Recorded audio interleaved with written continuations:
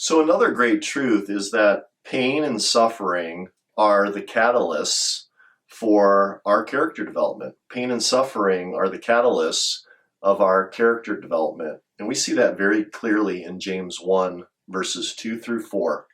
Consider it great joy, my brothers and sisters, whenever you experience various trials, because you know that the testing of your faith produces endurance.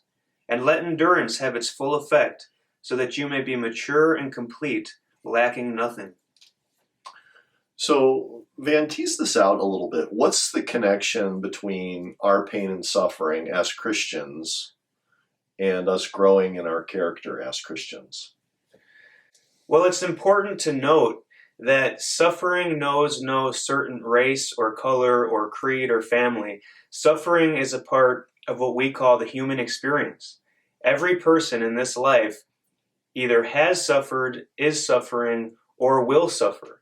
And so what's interesting is that suffering really brings us to a fork in the road. It forces us to either choose God and his ways, or to choose sinful ways like getting high or drinking or pornography to reduce the suffering and pain that we're experiencing in our lives.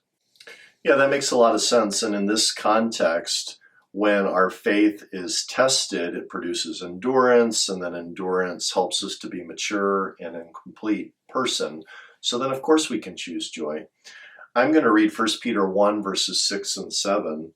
It says, "You rejoice in this, even though now for a short time, if necessary, you suffer grief in various trials, so that the proven character of your faith, more valuable than gold, which though perishable is refined by fire, may result in praise, glory, and honor at the revelation of Jesus Christ."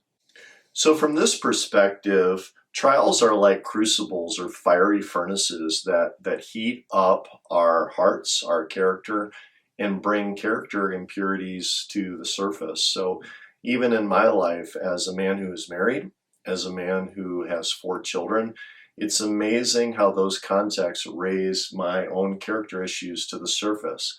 My lack of joy, my selfishness, at times my unwillingness to serve.